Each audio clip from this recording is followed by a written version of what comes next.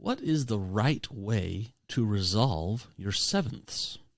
Okay, we have chords that have sevenths on them, and those sevenths, they're kind of hanging. They need to resolve properly.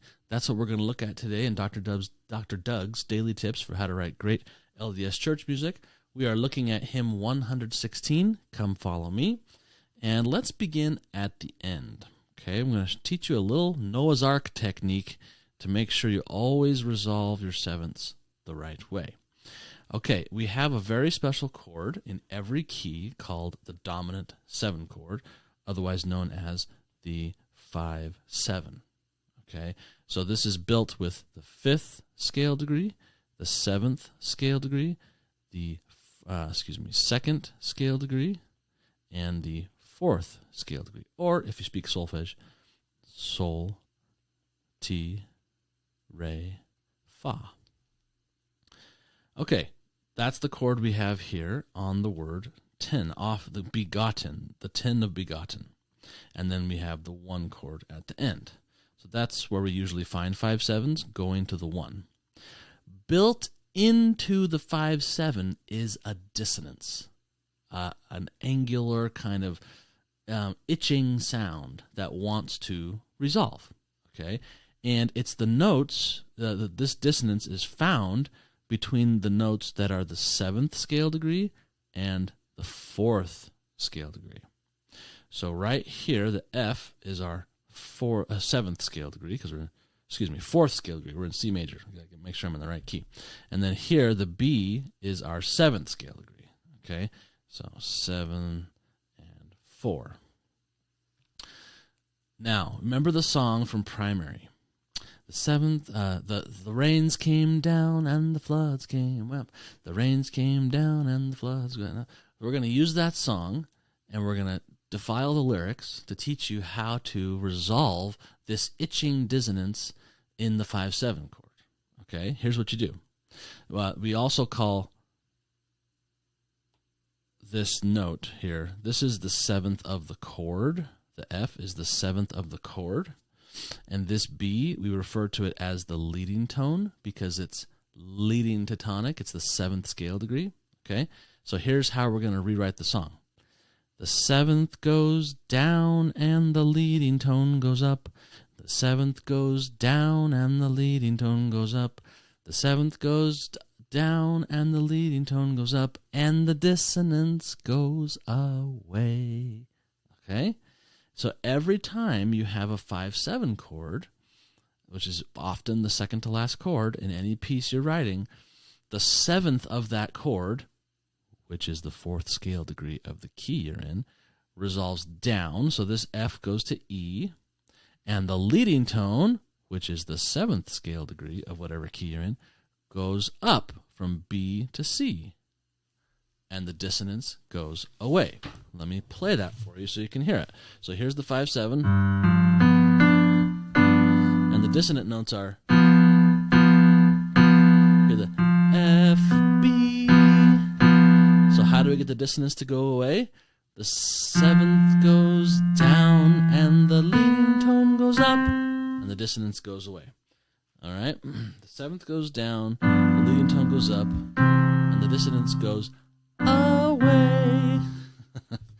All right? So you resolve the 7th down, and that's a good principle across all of your music.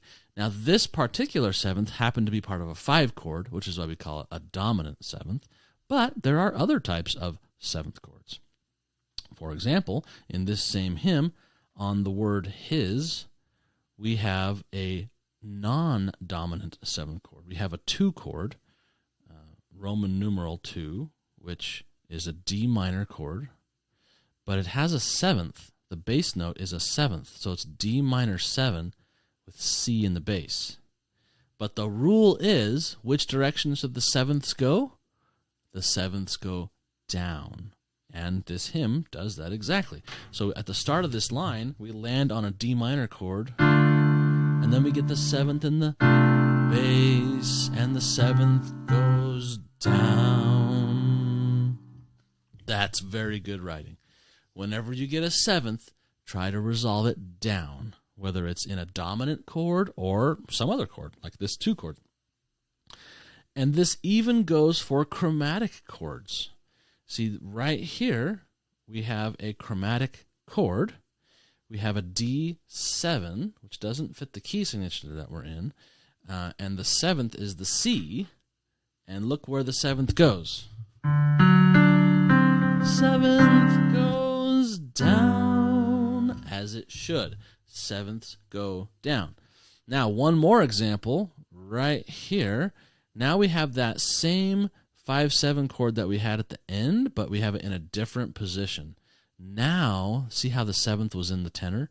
Now the 7th is in the bass, kind of like how it was up here, but it's a dominant 7 in the bass. So we have 5, 7, which we actually write as 4-2, which means the 7th is in the bass. For lots of technical reasons, we can come to one of our workshops to learn all the details, or you can just write the letter name G7 with F in the bass. Okay, and F is the 7th. And where does the 7th go? The 7th should go down, does it? 7th, 7th, 7th, down. Aha, it did. Okay, so that is your composer gem for today. Whenever you have a chord that has a 7th in it, whether it's a 5-7, a 2-7, a chromatic 7th, or even if the 7th is in the bass or in any other voice, you should try to resolve the 7th down by step. Now, I will add a little composer caveat at the end here. There are times in my own music where I choose to break this rule for very specific reasons of certain sounds that I want to create. And, you know, that's okay. That's the composer's prerogative to break rules. However, don't break the rules that you don't yet understand. Okay? First, it's important to learn the good rules, learn the basics, and then for the right reasons, you can break the rules. If you want to know more about those rules and when to break them, come join one of the harmony workshops in the Latter-day Musiversity. We go deep into all that kind of stuff. Okay, if you liked this video, hit subscribe, ring the bell so you get notified every time a new video comes out, and head over to latterdaymusiversity.com to grab your free copy of the 10 Commandments of How to Write Testimony-Building, Warm, Fuzzy Music. I'll see you back next time where we're going to look at Hymn 117. See ya.